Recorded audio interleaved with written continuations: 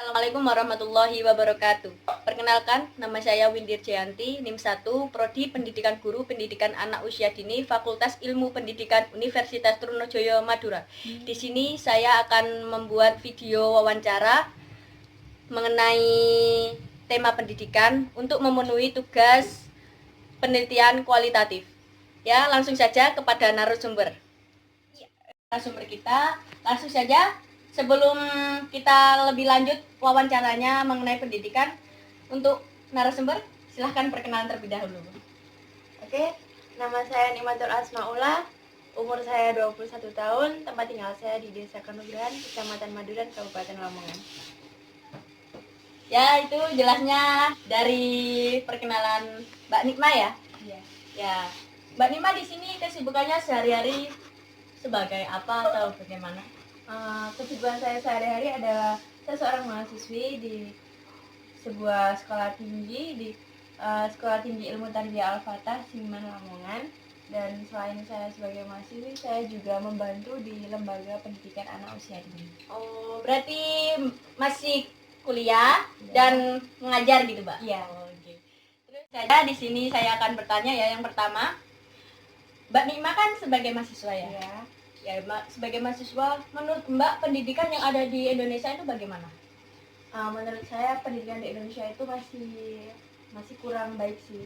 Soalnya di sini semua anak itu pendidikannya itu dipukul rata sistemnya. Jadi tidak difokuskan semisal si A ini memiliki bakat seperti ini. Nah, itu dia tidak difasilitasi di bagian itu. Jadi semuanya itu sama.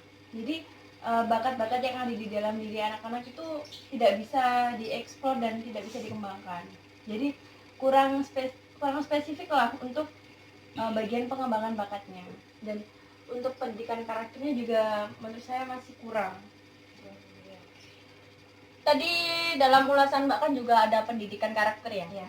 Ya, menurut Mbak sebagai mahasiswa dan mengajar anak usia dini, pendidikan karakter itu apa? Pendidikan karakter itu menurut saya pondasi awal bagaimana anak itu bisa beretika dengan baik, bisa berperilaku dengan baik. Jadi kemampuan dirinya itu yang kita latih di situ. Jadi kita melatihnya itu dari usia yang paling dini, dari dasar. Jadi bukan dari SMP, SMA baru dikasih pendidikan karakter, tapi dari golden age. Jadi usia yang paling dini itu kita sudah menanamkan karakter-karakter yang baik. Jadi di situ sebagai bibit. Nah, nantinya itu akan kita tuai di kemudian hari setelah dia dewasa gitu. Oh, berarti pendidikan karakter itu ditanamkan sejak usia dini. Iya. Gitu. Berarti menurut Mbak pendidikan karakter itu begitu pentingkah untuk anak usia dini? Sangat penting. Karena mereka kan baru mendapatkan pendidikan pertama, pendidikan dasar. Nah, untuk pendidikan dasar itu ya memang harus ditanamkan karakternya dulu. Jadi dia sudah terbiasa dan nantinya ketika dia dewasa itu sudah tertanam dengan kuat karakter yang ada dalam dirinya. Di sekolahan Mbak yang mengajar itu apakah ada diterapkan pendidikan karakter terhadap anak-anaknya? Iya, pastinya. Salah satunya itu mandiri. Jadi di lembaga tempat saya mengajar itu anak-anak sudah terbiasa sekolah tanpa orang tua. Jadi mereka sudah mandiri, terus semua kegiatan itu mereka yang melakukan sendiri. Jadi guru hanya sebagai pendamping yang mengarahkan, tapi mereka yang melakukan sendiri gitu. Berarti setiap ada kayak tugas pemberian dari gurunya hanya sebagai fasilitator saja gitu? Iya, gurunya hanya sebagai fasilitator, anak-anak yang mengerjakan. Baik itu nanti hasilnya bagus atau kurang bagus, nah itu kan nanti sebagai bahan evaluasi. Jadi kita tidak menekankan anak itu harus mendapat ini, harus bikin ini. Jadi kita memberikan ruang buat mereka, jadi biar mereka yang melakukan, kita yang mengawal. Adanya pendidikan karakter ini harus ada peran dari orang tua beserta peran dari guru juga ya Mbak. Ya. Jadi saling kolaborasi, intinya tuh saling keterkaitan lah untuk mencapai kesuksesan dari anak tersebut ya. Ya. Selain pendidikan karakter, saya juga mau tanya Mbak, apakah di lembaga yang Mbak Nikma mengajar ini sudah menerapkan semua aspek perkembangan pada anak usia dini? Oh, yang ada 6 aspek itu ya? 6 aspek. Oke. Yang pertama itu kan ada nilai agama dan moral. Itu sudah ada. Itu kita biasakan anak untuk bermoral baik dengan orang lain, bukan hanya dengan orang tua tapi juga dengan guru dan teman-temannya. Terus untuk nilai agamanya itu kita lebih sering mengajak anak untuk beribadah. Nah, baik itu mengaji, sholat itu juga sudah kita lakukan di sana. Terus selanjutnya ada aspek bahasa. Nah, aspek bahasa itu kan dimana anak itu bisa menyampaikan apa yang dia mau, apa yang dia ketahui. Nah, itu juga sudah kita terapkan dan dari hari ke hari itu ada perkembangannya gitu, dari yang mulai ada yang pemalu, nah dia sudah berani untuk berbicara, ada yang sudah berani terus mempengaruhi teman-temannya gitu. Terus untuk yang perkembangan fisik motoriknya itu juga sudah kita terapkan, dan itu untuk anak usia dini kan memang fisik motoriknya kan memang kelihatan sekali ya, karena memang mereka suka bermain dan suka bergerak gitu. Terus untuk perkembangan kognitif, untuk pengetahuannya itu juga sudah.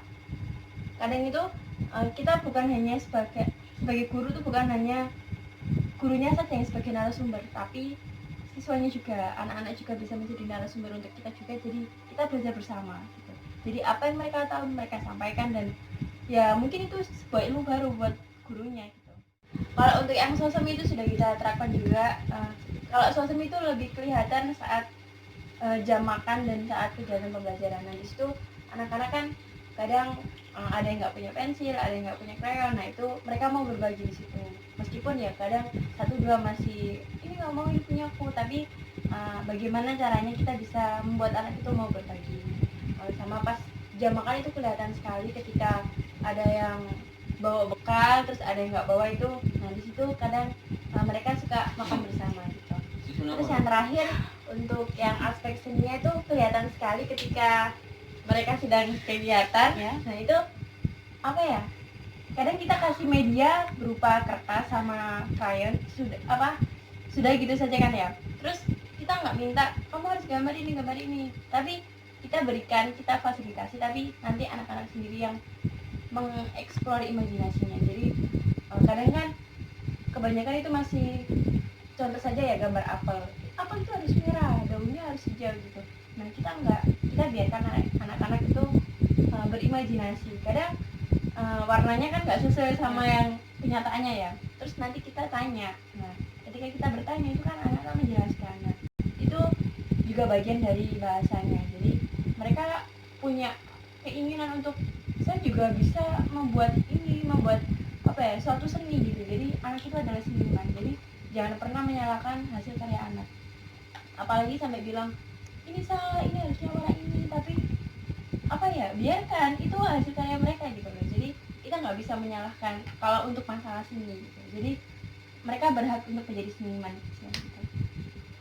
Apa ada untuk meningkatkan perkembangan seninya selain kayak melukis gitu, apa di lembaga Mbak itu ada kayak kolase atau apa gitu? Ya, biasanya kita kasih media, kita biasanya cukup menyediakan media sama bahan, nanti anak-anak sendiri yang mengerjakan. Kadang kita juga kasih contoh, soalnya kan masih kecil ya, kita kasih contoh.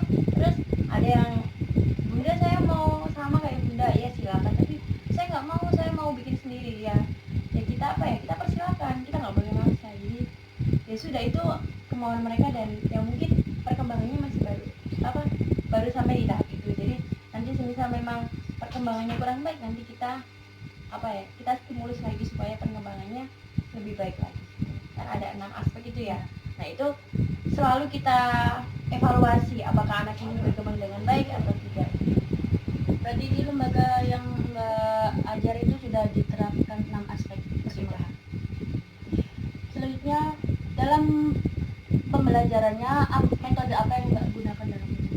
Kalau untuk di lembaga saya itu kita pakai sentra, jadi kita fokus main. Jadi kita belajarnya itu tidak klasikal, guru berada di depan terus semua anak-anak mendengarkan, enggak. Jadi kita main sentra. Nah, jadi kita memberikan media untuk main, tapi di situ juga ada pengetahuannya. Misal untuk berhitung, kita nggak harus kasih buku, soal sama pensil, tapi kita bisa pakai media lain.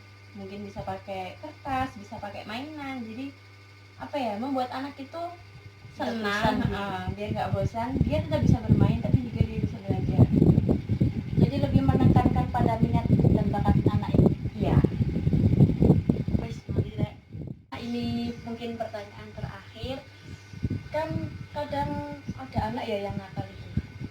bagaimana sih cara mengatasi Mbak Nikmah agar anak yang nakal itu dapat mengikuti pembelajaran sepenuhnya, kayak bisa mendengarkan, terfokus sama pembelajaran yang Mbak sampaikan? Kalau menurut saya itu sebenarnya anak nakal tuh nggak ada sih kalau untuk anak usia dini ya. Mereka itu cuman apa ya, bagi usaha mereka untuk mencari perhatian sebenarnya. Nah, untuk gaya belajar anak itu kan ada 3, ada yang visual, ada yang audio, ada yang kinestetik, terus audio sama visual.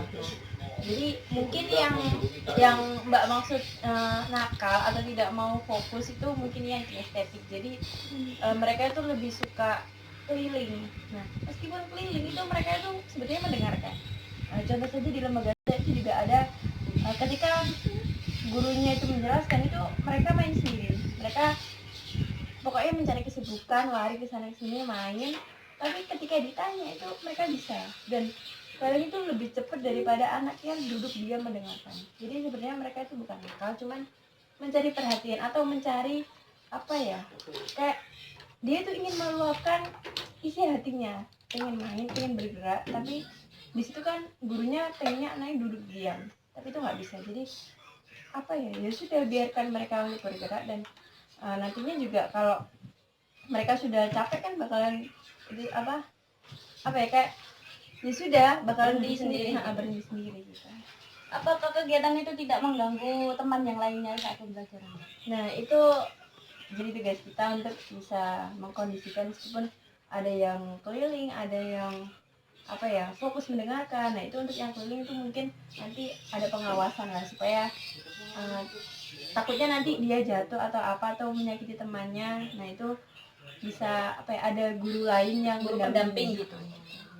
Ya, terima kasih Mbak Nikmah. Jadi dapat disimpulkan bahwa pendidikan di Indonesia itu sangat kurang, yang intinya itu kurang memfasilitasi dari minat bakat yang dimiliki dari setiap anak didik.